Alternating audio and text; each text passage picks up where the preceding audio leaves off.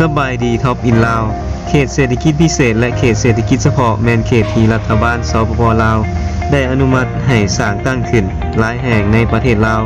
เพื่อเป็นการสร้างเงื่อนไขดึงดูดการลงทุนจากนักลงทุนทั้งภายในและต่างประเทศซึ่งแต่ละบอนประกอบด้วยนิคมอุตสาหกรรมกสิกรรมการค้าการบริการตามท่าแห้งและเงื่อนไขของแต่ละเขตมื้อนี้เฮาจะพามาฮู้จักกับ13อันดับเขตเศรษฐกิจพิเศษและเขตเศรษฐกิจเฉพาะที่มีในลาวถ้าบ่อยากพลาดคลิปใหม่อย่าลืมกดติดตามและกดกระดิ่งนำเด้อ 1. เขตเศรษฐกิจพิเศษสวรรค์เซโนตั้งอยู่ในแขวงสวรรณเขตสร้างตั้งขึ้นในปี 2003 มีมูลค่าการลงทุนทั้งหมด$74 ล้านและมีเนื้อที่โครงการ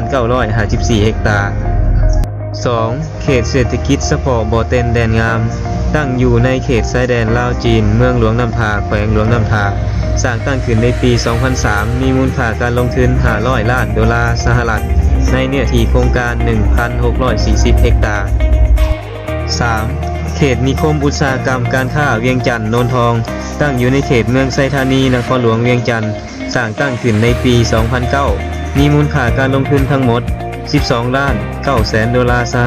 ในเนื้อที่โครงการ 110 เฮกตาร์ 4. เขตพัฒนาความรวมไซเศรษฐาตั้งอยู่ในเขตเมืองไซธานีนครหลวงเวียงจันทน์สร้างตั้งขึ้นในปี 2010 มีมูลค่าการลงทุนทั้งหมด$128 ล้านในเนื้อที่โครงการ 1,000 เฮกตาร์ 5. เขตเศรษฐกิจเฉพาะดงโพสีตั้งอยู่ในเขตเมืองหาดทรายฟองนครหลวงเวียงจันทน์สร้างตั้งขึ้นในปี 2009 มีมูลค่าการลงทุนทั้งหมด$50 ล้าน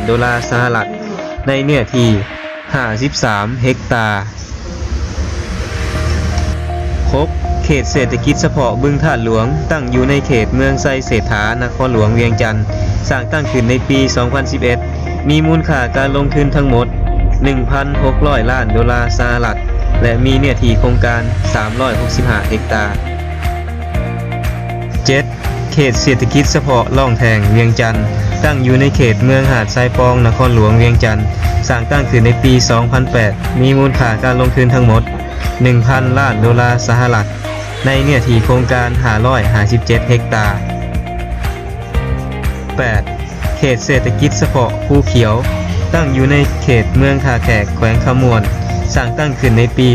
2010 มีมูลค่าการลงทุนทั้งหมด$708 ล้านและมีเนื้อที่โครงการ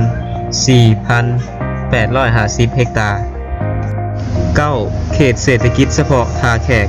ตั้งอยู่ในเขตขัวมิตรภาพ 3 เมืองท่าแขกแขวงขมวนสร้างตั้งขึ้นในปี 2012 มีมูลค่าการลงทุนทั้งหมด$80 ล้านในเนื้อที่โครงการ 1,035 เฮกตาร์ 10. เขตเศรษฐกิจพิเศษสามเหลี่ยมคำตั้งอยู่ในเขตชายแดน3ประเทศลาวไทยและเมียนมาเมืองต้นเผิงแขวงบ่อแก้วสร้างตั้งขึ้นในปี 2007 มีมูลค่าการลงทุนทั้งหมด$86 ล้านในเนื้อที่ 3,000 เฮกตาร์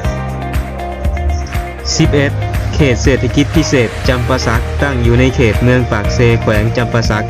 สร้างตั้งขึ้นในปี 2015 และมีเนื้อที่โครงการ995 เฮกตาร์ 12. เขตเศรษฐกิจพิเศษหลวงพระบางตั้งอยู่ในเขตแขวงหลวงพระบางสร้างตั้งขึ้นในปี 2016 และมีเนื้อที่โครงการ 4,850 เฮกตาร์ 13. เขตเศรษฐกิจพิเศษมหานาที4,000 ดอนตั้งอยู่ในเขตเมืองโขงแขวงจำปาสักสร้างตั้งขึ้นในปี